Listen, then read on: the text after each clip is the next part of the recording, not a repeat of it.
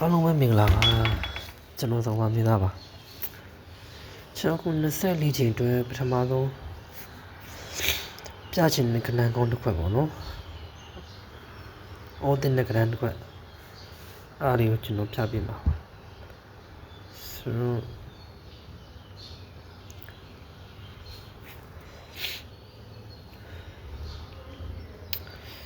ဒီနောက်ပေါင်းဆိုဒီနောက်ပေါင်းခွင်နဲ့ဒီငါးခါနဲ့ပေါ့နော်သူနှစ်လို့ရပေါ့နော်နောက်ပေါင်းခွင်နဲ့ငါးခါနဲ့ပေါ့နော်နှစ်လို့ရနောက်ပေါင်းတစ်နဲ့လေးခါနဲ့ပေါ့နော်ငါးလို့ရ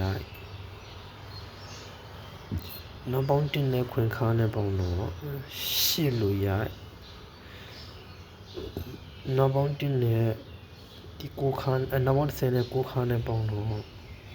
ကိုလို့ရပေါ့နော်ကိုလို့ရနောက်ပေါင်း9နဲ့ကိုခါနဲ့ပေါ့နော်4လို့ရပေါ့နော်အဲ့တော့ကိုကျွန်တော်တို့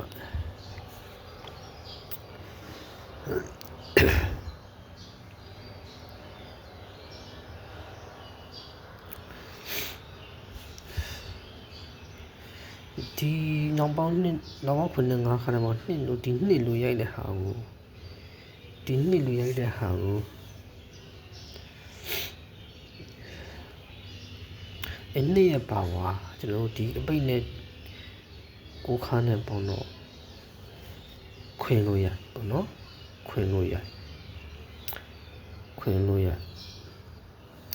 ဒီ9ရဲ့ပါဝါကို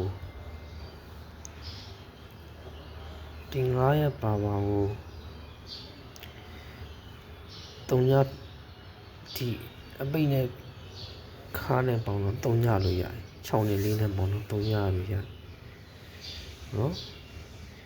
ဒီ8ရဲ့ပါဝါကိုဒီ8နောက်ပိတ်နဲ့9ခါနဲ့ပေါ့နော်8ရဲ့ပါဝါ3လို့ရတယ်ပေါ့နော်8ရဲ့ပါဝါ3လို့ရတယ်အဲ့တော့ကျွန်တော်ဒီမှာ9နောက်ပိတ်9ရဲ့ပါဝါ4မလို့ကျွန်တော်ဒီအပိတ်နဲ့ခါနဲ့ပေါ့9ပိတ်နဲ့9ခါနဲ့ပေါ့4လို့ရပေါ့နော်အဲ့တော့ကျွန်တော်ဒီမှာ4ပေါ့နော်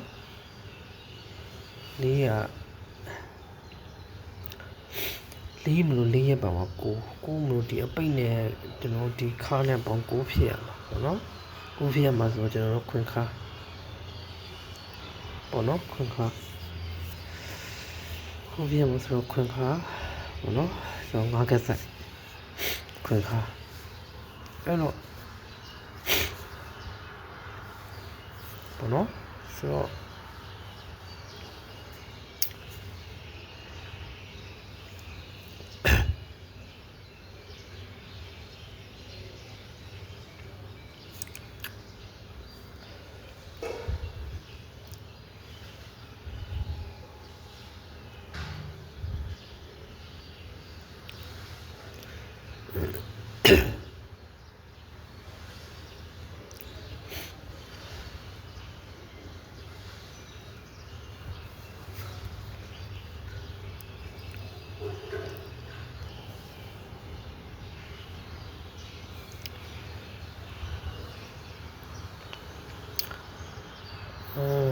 ကျွန်တော်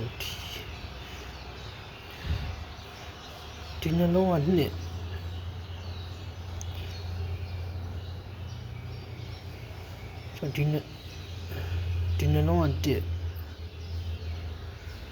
ဒီနှလုံးက1ဒီရှေ့ရောနှစ်နဲ့သွားပေါင်းတော့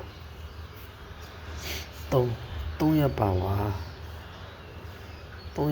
8တိတ်စီဘောနော်3ရပါဝါ8တိတ်စီအဲ့ဒီနှလုံးကနှစ်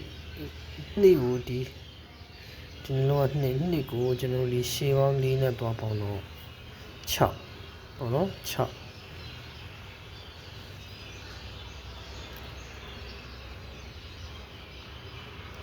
ဘောနော်ဒီ ဒီနှလုံးကတစ်ကိုဒီရှေးပေါင်း2နဲ့သွားပေါင်းတော့3ပေါင်းပါကျွန်တော်တို့8ထိပ်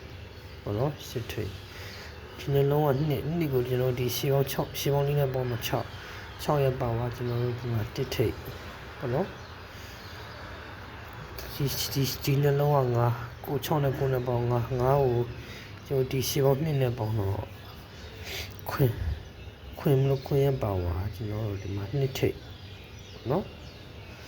3ရဲ့ပါဝါ8ထိပ်6ရဲ့ပါဝါ1ထိပ်ခွင်ရဲ့ပါဝါ2ထိပ်ဒီနှလုံးကကိုကျွန်တော်ဒီရှေးပေါင်း4နဲ့သွားပေါင်းတော့3ရဲ့ပါဝါကျွန်တော်တို့8ထိပ်ပြီးခဲ့ဘက်ကဝင်သွားရအောင်နော်8ထိပ်4ကဖြစ်သွားတော့5ကမြောက်ကျွန်တော်တို့ဒီမှာ3ကိုကျွန်တော်ဒီရှေးပေါင်း9နဲ့ပေါင်းတော့3ရဲ့ပါဝါ5ထိပ်ပေါ့နော်3ရဲ့ပါဝါ5ထိပ်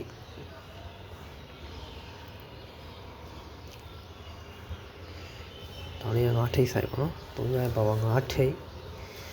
ဆိုတော့3ရဲ့ပါဝါ5ထိပ်အဲ့တော့5ထိပ်ခွင်ကားပေါ့နော်5ထိပ်ခွင်ကား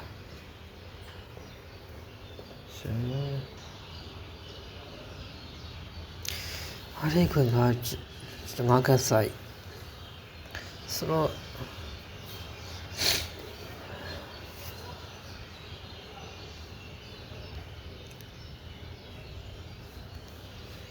ကျွန်တော်က5ထိပ်ခွင်ကားကိုကျွန်တော်ထပ်ပြီးဘာနဲ့ချုပ်ဝင်လဲဆိုတော့ကျွန်တော်ပြပြီးတဲ့ဟာတွေကကျွန်တော်က site တွေကတော့အများကြီးရှိတယ်ပေါ့ဒါပေမဲ့ကျွန်တော်ပေးတဲ့ဟာပဲကျွန်တော်ရွေးထုတ်ပြတာပေါ့နော်အလားလားရှိတဲ့ဟာပဲရွေးထုတ်ပြဆိုတော့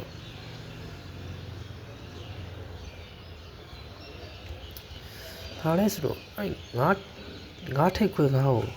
ဘာလဲပြန်ချုပ်ငြိမ်မလဲဆိုတော့ကျွန်တော်ကကြိုက်တာပေါ့နော်ဒီလိုကကိုတုံးလုံးမောင်ကိုဒီအလင်းနဲ့ပေါင်းတော့ကိုဒီလေးလုံးပေါင်းကိုကျွန်တော်ကိုမလို့ကျွန်တော်6ထိပ်လို့ပြန်ချုပ်တာပေါ့နော်ကိုမလို့6ထိပ်လို့ပြန်ချုပ်တို့ဒီ3လုံးဒီလေးလုံးပေါင်း6 9 8 1လေးလုံးပေါင်း4လို့ရိုက်4မလို့ကျွန်တော်4ထိပ်စီလို့ပြန်ဝင်ပေါ့နော်4ထိပ်စီလို့ပြန်ဝင်အဲ့တော့ဒီ96ပေါင်းလိုက်တော့3ညမလို့ကျွန်တော်3ညထိပ်စီလို့ပြန်ဝင်ပေါ့နော်3ကဖြစ်သွားတယ်4ကမြောက်ဒီ9ခွင်4ခွင်ပေါင်းလိုက်တော့ခွင်4လုံးပေါင်းခွင်မလို့ကျွန်တော်ခွင်ထိပ်စီလို့ပြန်ဝင်အဲ့တော့ကျွန်တော်တို့ကဒီခွင်5 2 3ခွင်ပေါင်းလိုက်တော့5လို့ရိုက်5မလို့5ထိပ်စီလို့ပြန်ဝင်ပေါ့နော်ကျွန်တော်အားလေးချုပ်သွားတာလေးကျွန်တော်ကြိုက်တော့ဒီလိုချုပ်မျိုးကြီးဆိုကျွန်တော်ကြိုက်တယ်ပေါ့နော်ဟိုပေးဖို့လည်းနည်းနည်းအားကောင်းတယ်ပေါ့ဗျာ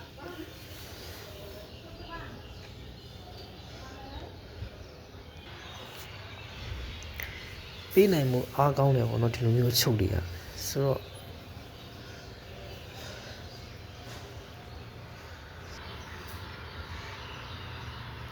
အဲ့တော့ကျွန်တော်အပိတ်ကကျွန်တော်တို့ဒီဘက်မှာကျွန်တော်တို့ဒီမှာ3ပိတ်နဲ့ပြပေးပါဘောနော်တခြားအပိတ်နဲ့ကတ်ထုံးမယ်ဆိုလည်းထိုးလို့ရပါတယ်ဆိုတော့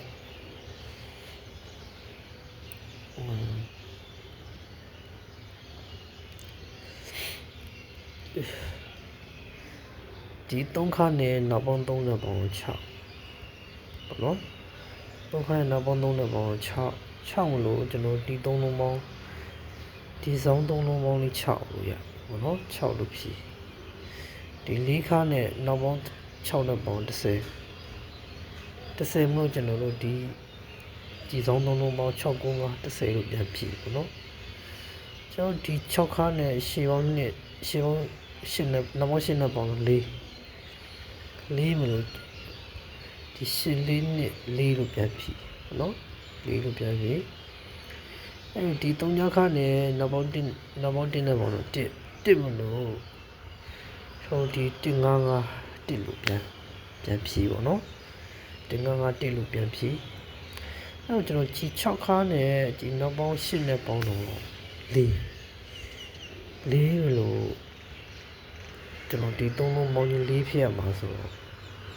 3နောက်ပိတ်ထည့်အောင်နော်ဒီ3လုံးပေါင်းရင်4ဖြစ်ရမှာဆိုတော့3နောက်ပိတ်ဟုတ်နော်3နောက်ပိတ်အဲ့တော့သူကကျွန်တော်3နောက်ပိတ်5ခွင်3ဆို5ပရိတ်ပေါ့နော်5ပရိတ်ကိုကျွန်တော်5ပရိတ်ကျွန်တော်ထပ်ပြပေးမယ်နော်5ပရိတ်က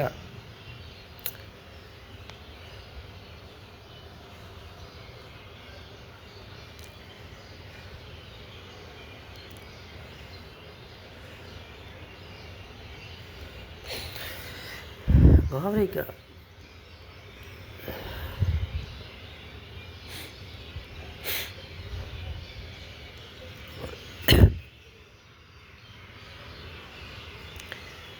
5ပရိတ်ကြီးရဲ့လွမ်း5ပရိတ်ရဲ့ပုံစံလည်းလှသူချပြီးရဲ့ပုံစံလေးရတယ်လှတယ်ပေါ့နော်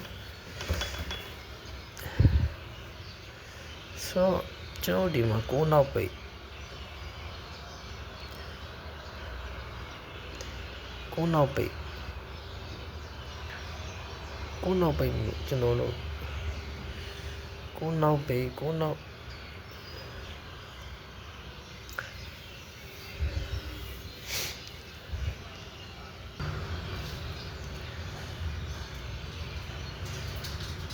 ်ပိတ်မလို့ဒီထိပ်စီးနှလုံးပေါင်း9လို့ရနှစ်ထိပ်နဲ့ခွန်ထိပ်နဲ့ပေါင်း9လို့ရဟုတ်နော်အဲ့9နောက်ပိတ်နှစ်ထိပ်နဲ့ခွန်ထိပ်နဲ့ပေါင်း9လို့ရတယ်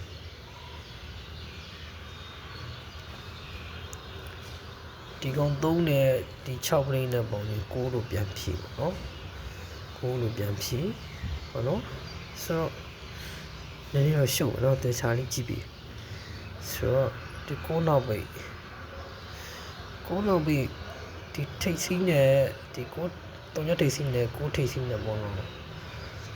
9လို့ရ9နောက်ပိတ်မလို့9လို့ရတယ်9နောက်ပိတ်မလို့9လို့ရကျွန်တော်ဒီ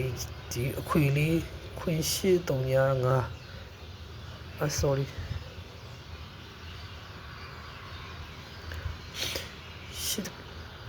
ဒီအခွေလေး6မလို့အဲ့6ကိုဒီ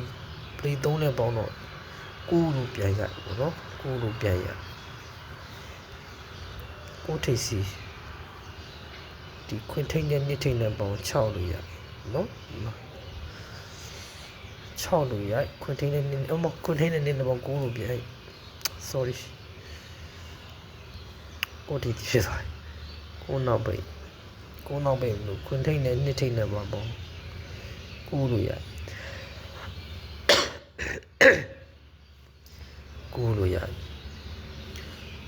ဒီအခွေလေးက8အဲ့8ကိုကျွန်တော်တို့ဒီပဋိက1နဲ့ပေါင်းလို့9လို့ပြန်ဖြီးပေါ့နော်9လို့ပြန်ရိုက်